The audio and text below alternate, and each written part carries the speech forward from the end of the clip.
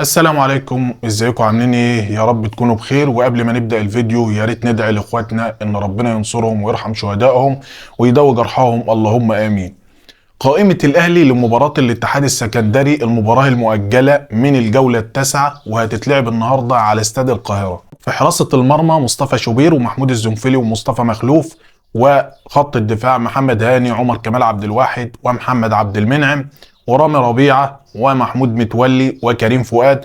وخط الوسط مروان عطية وإمام عاشور وأحمد نبيل كوكا وأكرم توفيق وحسين الشحات ورضا سليم ومحمد مجدي قفشة وكريم ندفد ومحمد الضوي كريستو. وخط الهجوم وسام أبو علي ومحمود كهربا وأنطوني موديست. قائمة المستبعدين من لقاء الاتحاد هو الشناوي وحمزة علاء وعبد القادر وديانج وياسر إبراهيم، السولية للإصابة أو عدم الجاهزية، وبيرسيتاو وعلي معلول للراحة، وخالد عبد الفتاح وطاهر محمد طاهر وكريم الدبيس لأسباب فنية.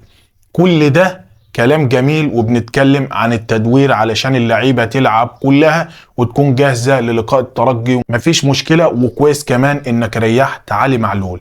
لكن فين بقى بديل علي معلول؟ وليه بتستبعد كريم الدبيس؟ هو اللاعب مش جاهز ولا حاجة؟ احنا قلنا كريم الدبيس مستبعد لأسباب فنية، وانت عندك 3 لعيبة بيلعبوا بالقدم اليسرى وهو معلول وكوكا وكريم الدبيس. هل هتلعب بكوكا ظهير ايسر مثلا؟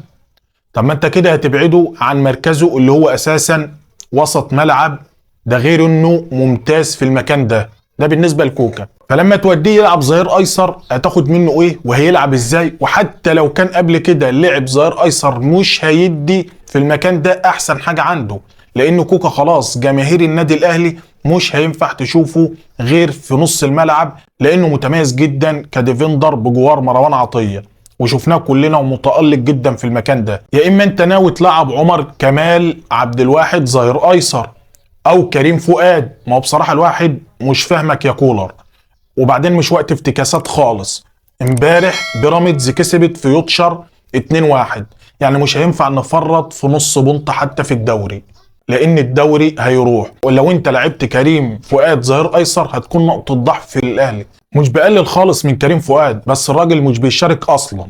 يعني يوم ما تيجي تلعب حد، يوم ما تيجي تلعب حد لسه راجع تلعبه في مركز غير مركزه، هو ده ينفع؟ واحد يقول لي هو انت بتفهم احسن من المدرب؟ اقول له لا، ولكن في منطق وواقع لازم نتكلم عليه، وهو برضه ليه وجهة نظره. بس هو كريم الدبيس ماله؟ ما هو جاهز. هو مش احسن من الناس اللي هتلعب اكيد، هو لسه سنه صغير وخبراته مش احسن حاجة، انما ده مكانه ودي عدلته.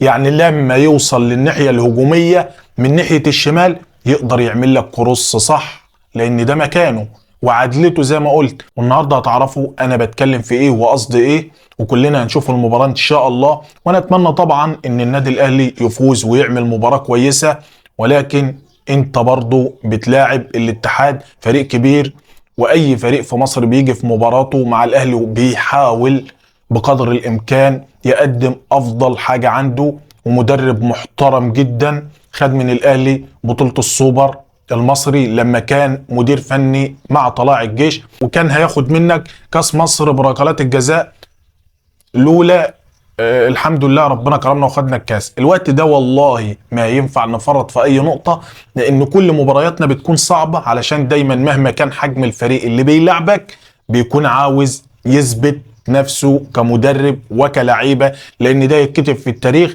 ان الاهلي خسر من الفريق ده.